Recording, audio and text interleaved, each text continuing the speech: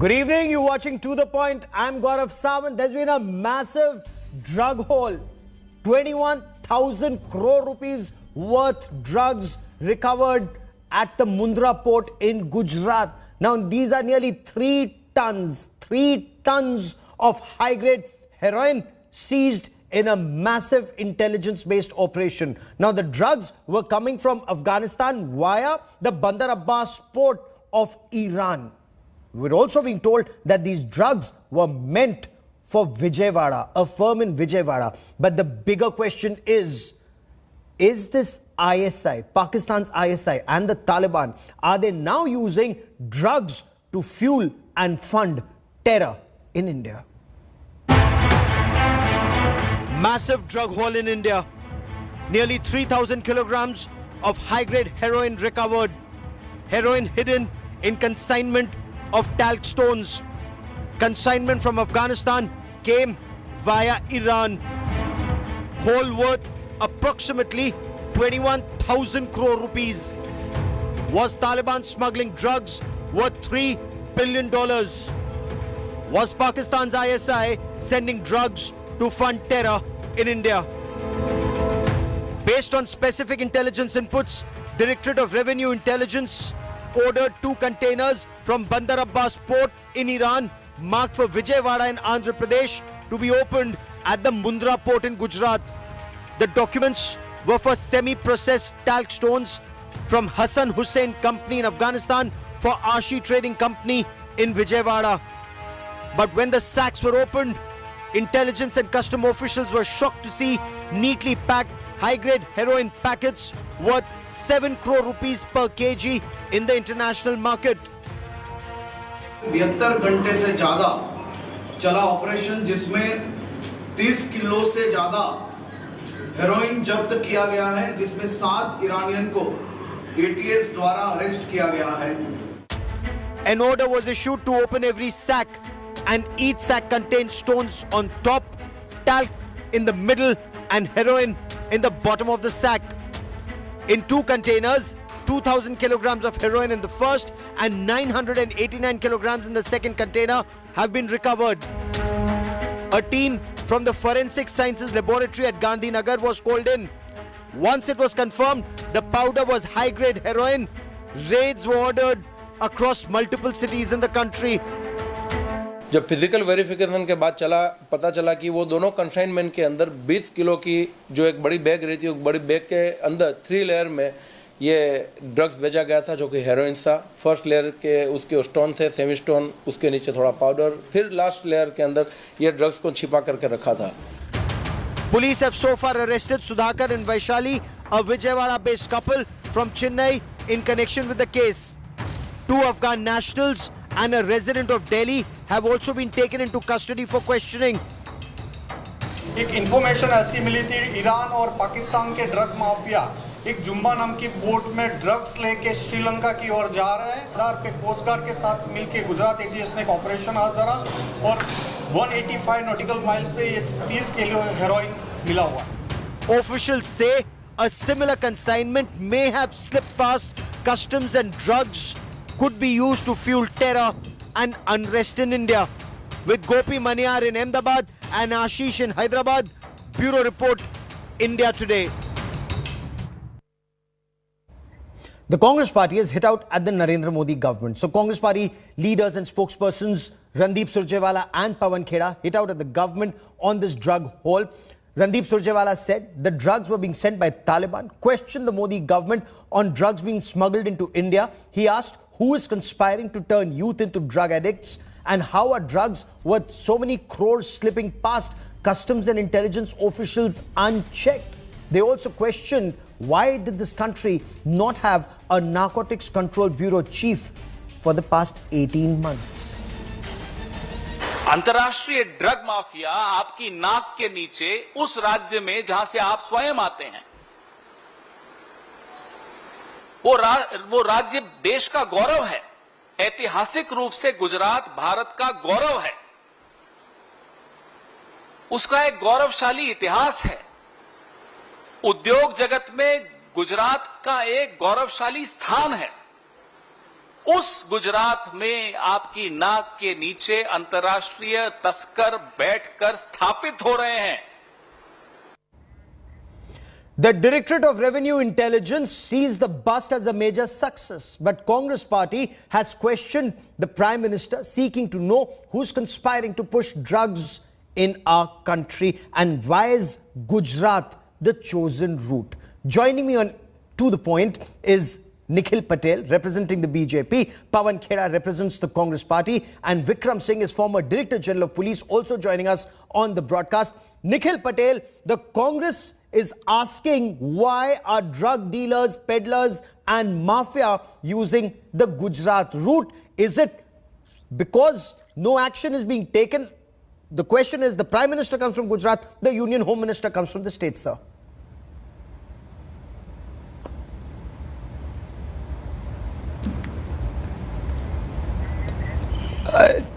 Nikhil, would you unmute yourself? Perhaps you're on mute.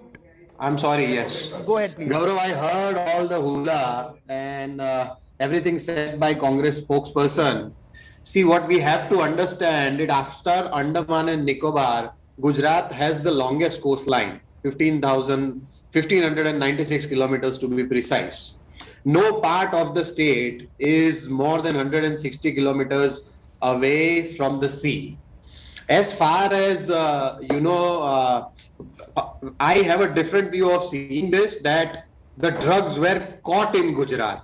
So actually, we should be lauding our ATS team and lauding our ATS officers that they were able to catch such big fishes out of Gujarat from this whole process. What Congress has done is they have only taken negative points and they have tried to create an issue when there isn't one. Okay, let me get Pawan Khera to respond to this. Pawan Khera, the DRI sees it as a success, ATS sees it as a success, the BJP says they've done a good job, they've stopped drugs worth 21,000 crores from coming into our system. Congress is only looking at the negative side, sir.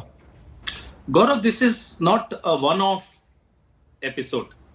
Over the last 5-6 years, if you go through the data, you will realize every month, every 2 months, an attempt is made to smuggle drugs through Gujarat. Few occasions they get caught. So obviously we'll ask, why aren't we succeeding in breaking the syndicate? Why does the syndicate have this confidence that they can try and succeed? Perhaps because one-off, yes, we succeed, but the intention of the government comes out very clearly from the fact that you do not have a full-fledged Director General of NCB for the last 18 months. And it's a crucial department in our fight against smuggling of drugs. And why we are all worried as responsible Indians is that it's a dual attack on India. You destroy the generation, the younger generation of India, and then you use the money earned out of India to indulge into terror activities against India. Obviously, we'll ask these questions that why is it that Vijayawada, somebody wants drugs in Vijayawada.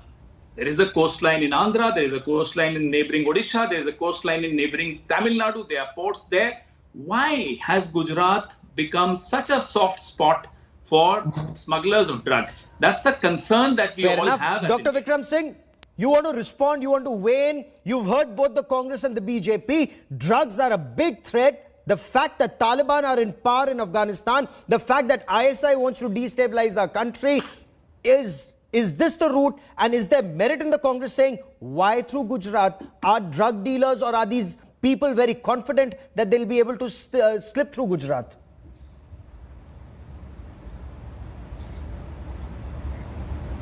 Dr. Vikram Singh, may I request you to unmute yourself, please, sir? Gauravji, yes, I would say there are 3 quick points I would like to make. Narco-terrorism is an international reality and we had better be aware, and of course we are aware of the whole problem. But the fact of the matter is that we've been able to make a recovery, even if it is in Gujarat. I think it is a matter of tremendous satisfaction for the ATS Gujarat and the Coast Guard that they were able to get this unprecedented catch worth $3 billion in the international market. There is no denying the fact that 84% of narcotic trades stems from Afghanistan, and Taliban is behind getting the supply chain in order. And the ISI has been helping the Taliban. So the ISI, the Taliban, and therefore Mr. Pawan Khera has a point, and all of us as Indians this is a wake-up call that all of us need to be very alert. The NCB vacancy has to be filled up. But I would not fault anyone that this catch has been made, which is unprecedented, and indeed a matter of tremendous consolation that the thorough interrogation of these 7 Iranians there on the vessel would reveal who else are a part of the larger conspiracy and the crime. This is what needs to be required, and a thorough investigation to go into the bottom of this. But investigation would have the ramifications of having NCB, National Narcotics Control Bureau. But if it is a headless organization for 18 months, it is a cause of concern. Nikhil Patel, NCB being headless for 18 months is a cause for concern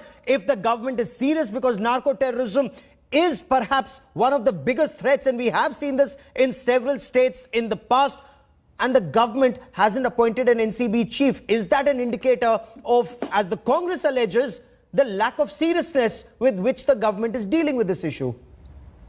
You know, Gaurav, filling a bureaucracy place is not something that I can comment on.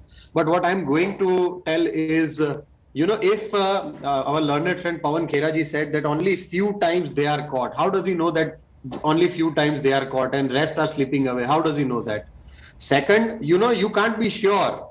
What we should be doing is what the ATS team has done is humongous. What they have done is they have entered into they have stopped all these terrorists who wanted to fuel and use this money for terrorist activities.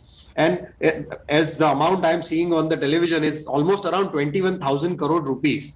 So I think this is a big achievement from ATS, and we should be lauding them for whatever they have done. Okay. And if as our learned friend Pawan Khera ji is saying that only few times they have been caught in Gujarat, then I'll be appreciating the government of Gujarat and ATS officers that as and when they have tried to use this route, the Gujarat government and ATS officials have always been successful in stopping them. Pawan Khera, we've seen this That's a good issue. Question. Okay, That's a you good have 2 question, quick and I questions. would You like must to raise them. respond to Nitin. But the fact, only on geography, if these drugs are coming from Afghanistan, if they're coming through the Iran route, would Andhra Pradesh coast or Odisha coast be more convenient, or the west coast?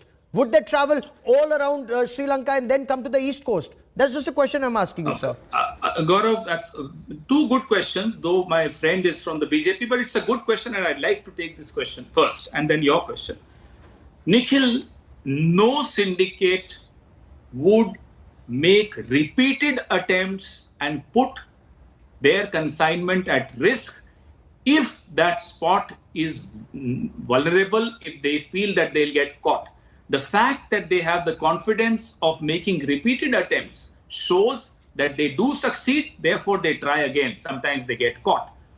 Number 2, Gaurav, what you said, that it makes geographical sense for them to use the Gujarat port. It definitely does not make any logistical sense for any syndicate to then take the risk of transporting by road, by train, by whatever means from Gujarat right up to Vijayawada. Therefore, it does make sense for them to use a different port using a different sea route. My concern is that they do find Gujarat port coast as a conducive coast, and therefore they keep trying. Now, this is something which we need to, as a government, as an opposition, all of us need to responsibly ponder, because now in the neighborhood in Afghanistan, it's a very, very disturbing time, and it's not safe for India to allow any soft spot, whether it's the Gujarat coast, whether it's any other coast, because that, as Vikram Singh ji rightly said, narco-terrorism has been a reality in various parts of the world. India cannot afford to take any risks.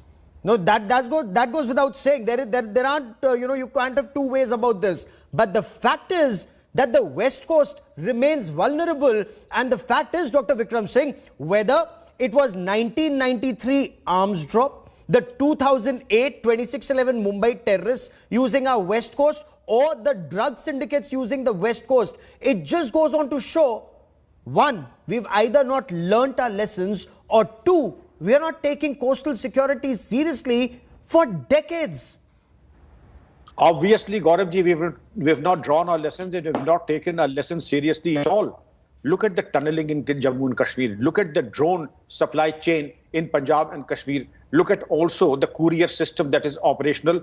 I mean, we have been caught on the wrong foot multiple times. Punjab has been reduced to a mess because of this influx of drugs. And I'm sorry to say that the sword arm of India has been badly compromised because of this drug trade. Yes. It is, in fact, very necessary that the complicity of the local authorities, the local police, needs to be checked and indeed brought under absolute control, because the complicity seems to be very obvious of the local excise and the police staff for whatever reasons, whether there is lax control on them. But yes, there needs to be a tighter control. And the first step we could do perhaps is to appoint an CB chief with immediate effect if we are serious about it. And Okay. I'm sure I have two quick questions. Pawan Khera, respond on Punjab. Nikhil Patel, please respond on Gujarat. But Pawan Khera, would you want to go first on Punjab, sir? I get what Mr. Vikram Singh said, and we as a government in Punjab, this was our first major challenge to deal with the drug menace. And I must say, even if it is at the expense of patting our own back, yes, Punjab has definitely made a huge progress in terms of countering what the country witnessed 5 years ago in Punjab is no longer the picture now. Picture has changed drastically, and some sense of satisfaction that our government there has done something substantial to control the situation there. Nikhil, 30 seconds on Gujarat. The fact Pawan Khera says if repeated attempts are being made, somewhere down the line, do the syndicates feel that they have a free run? Or they may be able to slip through, whether it's complicity or laxity? Gaurav, we still rate as one of the safest states to live in the whole of country. You know, and this, whatever the ATS has achieved, Amit Vishwakarma, Himanshu Shukla, these are some brave officers. And I'll not even 30 seconds, I'll just tell you in one sentence that Gujarat is still considered to be one of the safest states to live in whole of India. But is this a point to ponder? And there are two quick points. One, why does this country not have an NCB chief as the Congress raises? And two, why is it that Pakistan thinks, whether it's Punjab or Gujarat or any other area, they think that they can smuggle in drugs into our country? What are countermeasures that we are taking? And what is it that we need to do to pull up our socks and ensure that this narco-terrorism business collapses and does not succeed? To all my guests, many thanks for joining me. That is all I have time for on To The Point this evening. Many thanks for watching.